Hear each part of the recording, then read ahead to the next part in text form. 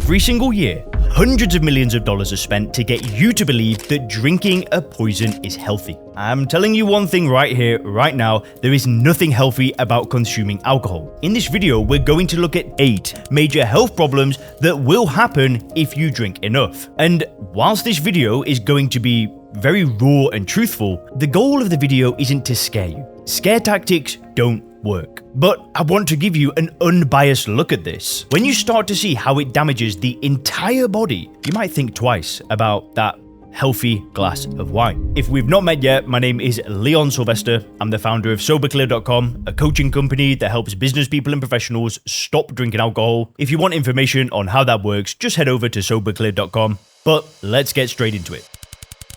See, most people think that they would know for sure if their liver was failing. They think there would be some pain or some warning light, but unfortunately, this is part of the illusion. See, the liver is a silent worker, and it doesn't necessarily complain, it literally takes abuse until it physically cannot function. So, when you drink ethanol, your liver has to deprioritize everything else to process this poison. So this means that fat burning gets pushed aside, nutrient handling gets pushed aside, and the liver's entire workload collapses into a single urgent task: clear the poison from your bloodstream. See, over time, this causes the liver to build up fat. The liver is actually trying to protect itself, and this is the first stage. If you keep drinking, your liver cells eventually turn into scar tissue, and this is what we call cirrhosis. It's like taking a fresh soft sponge and turning it into a hard, dry rock. Blood cannot flow through a rock. The scary part is that this process has almost no symptoms in the early stages. You might feel tired or a little bit foggy, but you certainly won't feel your liver turning into scar tissue. And the sad thing is that you often don't know a single thing until the day that your skin turns yellow or your abdomen swells up with fluid because your liver can no longer filter your blood. It's the silent shredder. See, according to global health data, alcohol accounts for nearly half of all cirrhosis deaths. Put bluntly, cirrhosis does not usually come out of nowhere. Most of the time, alcohol is the driving force behind it. And you have to understand that once that scar tissue is there, it's there. You can't just detox away a scar. The only way to win here is to stop the damage before it becomes permanent. But if you think that your liver is the only organ screaming in silence, it isn't. See, the second problem is heart disease. And now we're going to truly destroy the marketing myth that you've been sold your whole life. We've heard it. A glass of red wine is good for the heart. And this is one of the most successful pieces of marketing ever created by the alcohol industry. It's all part of the conditioning, because the reality is just so different. When you introduce ethanol into your system, it affects the electrical signals in your heart. It's like throwing water on a circuit board. This often leads to arrhythmias, irregular heartbeats. And you might have felt this. You might have woke up at 3 o'clock in the morning, the alcohol's wearing off, the anxiety's kicking in, and there it is, that pounding in your chest. And this isn't just anxiety, it's your heart struggling to pump blood because of the toxin that you just fed it. Heavy daily use can actually change the shape of your heart muscle. It's called cardiomyopathy. The heart muscle stretches and becomes weak, which means it can't pump blood efficiently anymore. This typically leads to heart failure. And connected to this is blood pressure. Blood pressure is another silent predator that leads to strokes and heart attacks. And heavy drinking triggers high blood pressure through various mechanisms, including vascular damage and fluid retention. You are basically making the pump work harder while simultaneously weakening the pump. It's just a recipe for disaster. And here's the thing, a failing heart is terrifying, but there is another organ that sits deep in your gut, and when this one gets damaged, the pain can be excruciating. See, the third problem is pancreatitis, and if you've never heard of it, consider yourself lucky. People who have had it describe the pain worse than childbirth. It is an acute, screaming agony that feels like your insides are on fire. Here are the mechanics. Your pancreas produces enzymes that help digest food. Normally, these enzymes are inactive until they reach your small intestine. But alcohol messes up this signaling. It causes these enzymes to activate while they are still inside the pancreas. Just think about that for a second. Your body produces chemicals designed to break down meat and food, and suddenly, those very same chemicals start breaking down your own organs. Your pancreas is literally digesting itself. This can happen suddenly, acute pancreatitis after a binge, or it can happen slowly over the years. Chronic pancreatitis. In the chronic version, you are slowly destroying the organ that controls your blood sugar. This leads to diabetes, malnutrition, and a lifetime of chronic pain. Data from the Cleveland Clinic shows that alcohol, along with gallstones, accounts for 80% of all pancreatitis cases. It's not a rare side effect, it's a common outcome. Pain is one thing, we can understand pain. Pain tells us to stop, but what if the damage was silent, cellular, and mutating into something you can't reverse? Well, this leads us to the fourth problem.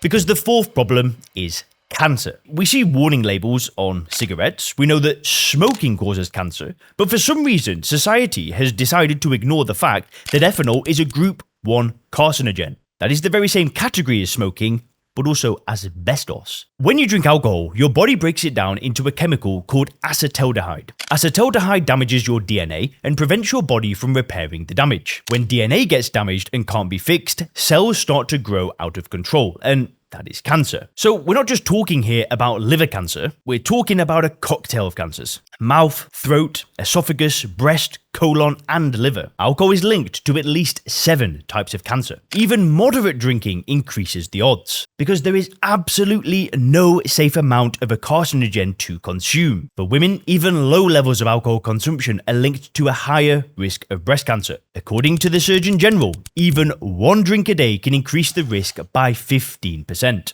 And given that breast cancer is the most common cancer in women, this increase is substantial. Every time you take a sip, you're rolling a dice. You're pouring a chemical onto your cells that damage their genetic blueprint. And this is a heavy realization. You look at the glass of relaxing wine and you suddenly see it for what it is, a carcinogenic cocktail. But while cancer attacks the body, the next problem attacks who you are as a person. It attacks the very thing that makes you, you. Now, the fifth problem is brain shrinkage, and we need to stop joking about this. We joke about frying a few brain cells off after a big night out or not being able to remember things, but this isn't really a joke, it's actually extremely tragic. See, your brain is an extremely delicate instrument. Alcohol is a neurotoxin, so when you drink, you're shrinking your brain volume. Among many other areas, alcohol attacks the hippocampus. This is the part of the brain responsible for memory and learning. You might notice this in your daily life. You can't find the right word, you walk into a room and forget why you're there, and you feel a constant state of brain fog. This is probably alcohol physically damaging your brain tissue. Now, as you age, your brain naturally shrinks, but drinking just accelerates this process rapidly. Tragically, this can lead to early onset dementia, so-called alcohol-related dementia. At that point, you're unable to carry out basic day-to-day activities and function as an independent member of society. Why would you want to make yourself more stupid? Why would you want to dull the only tool that you have to navigate the world? Now, don't get me wrong. Losing your memory is a nightmare, but what happens when your body loses its ability to fight off even the smallest invisible enemies? So let's look at the sixth problem, weakened immunity. And this may explain why you're getting sick very often. I noticed this in my own life. The more I drank, the more often I got sick. I'd have these colds that would linger for weeks instead of days. And this isn't a coincidence. Your immune system is like your personal army. It's constantly fighting off bacteria, viruses, and other pathogens. But alcohol just paralyzes this army. Heavy drinking suppresses the immune response. The white blood cells that are supposed to attack infections become sluggish. They can't do their job. Even one single bout of heavy drinking can weaken your immune defenses for up to 24 hours. For roughly a day after a party, your shields are lowered. And over time, repeated heavy drinking significantly raises your risk of infections like pneumonia, tuberculosis, and other respiratory viruses. If you're somebody who values health, who takes vitamins, maybe tries to eat right and exercises, but you drink on the weekend, you're sabotaging a lot of that effort. You're opening the gates and inviting the enemy in. So your defenses are down, but what happens to the very structure that holds you upright? What happens to the frame of your body? Well, the seventh problem is osteoporosis, and this is the silent erosion happening inside your skeleton, probably right now. See, drinkers often assume that alcohol passes through the system, gets filtered, and then leaves. You see, we don't naturally associate a fluid with the destruction of something solid and hard, but that is exactly what is happening inside your skeleton. It affects hard tissue. So, alcohol interferes with the body's fundamental ability to absorb calcium. You can drink all the milk that you want, but if you're flooding your system with ethanol, it won't make much of a difference, because the calcium never makes it to where it's needed. Furthermore, alcohol disrupts the specific bone-building cells that are responsible for bone regeneration. See, your skeleton is not a dead structure, it's living tissue that is constantly being broken down and rebuilt. Alcohol inhibits the builders, osteoblasts, and speeds up the activity of the destroyers, osteoclasts. Over time, your bones stop renewing themselves and they become porous, thinner, and more brittle. This is called osteoporosis.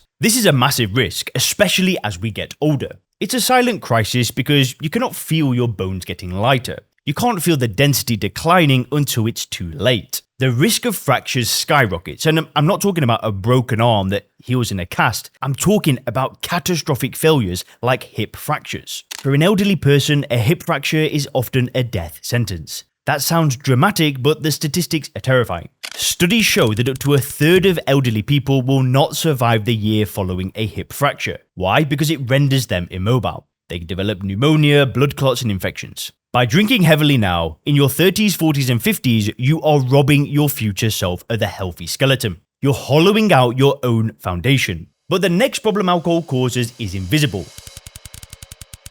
See, the 8th problem that alcohol causes is mental health collapse. And this is one of the biggest illusions of all time. It's the great lie of the alcohol industry and the social conditioning surrounding the drug. We all say it. We drink to relax. We drink to unwind after a stressful week. We drink to feel better, to socialize, to laugh. But biologically, alcohol is a depressant. That is its chemical classification. It slows down the central nervous system. Alcohol might give you a brief spike of dopamine, but you need to understand the transaction that you're making here. See, you don't create happiness when you drink. You borrow it from tomorrow. And trust me, you're going to pay that back with some crazy interest rates. Because alcohol brutally disrupts the neurotransmitters in your brain. It messes with the delicate balance of GABA and dopamine, the chemicals that regulate your mood, motivation, and sense of well-being. When you flood your brain with artificial dopamine from alcohol, your brain stops producing its own. This creates a vicious cycle, and you wake up feeling low, anxious, and empty because your natural levels are depleted. So you crave a drink to get back to baseline just to feel okay. The alcohol wears off and your baseline mood drops even lower than before. So you drink again to get back to normal, but normal is getting further and further away. And it's a downward spiral. This is why people with a mental disorder are twice as likely to report problem drinking. If you already struggle with anxiety or depression, alcohol is like throwing gasoline on a fire. It might numb you out for an hour, but it ensures that the fire burns hotter and more destructively the next day. You cannot heal your mind while you're poisoning it.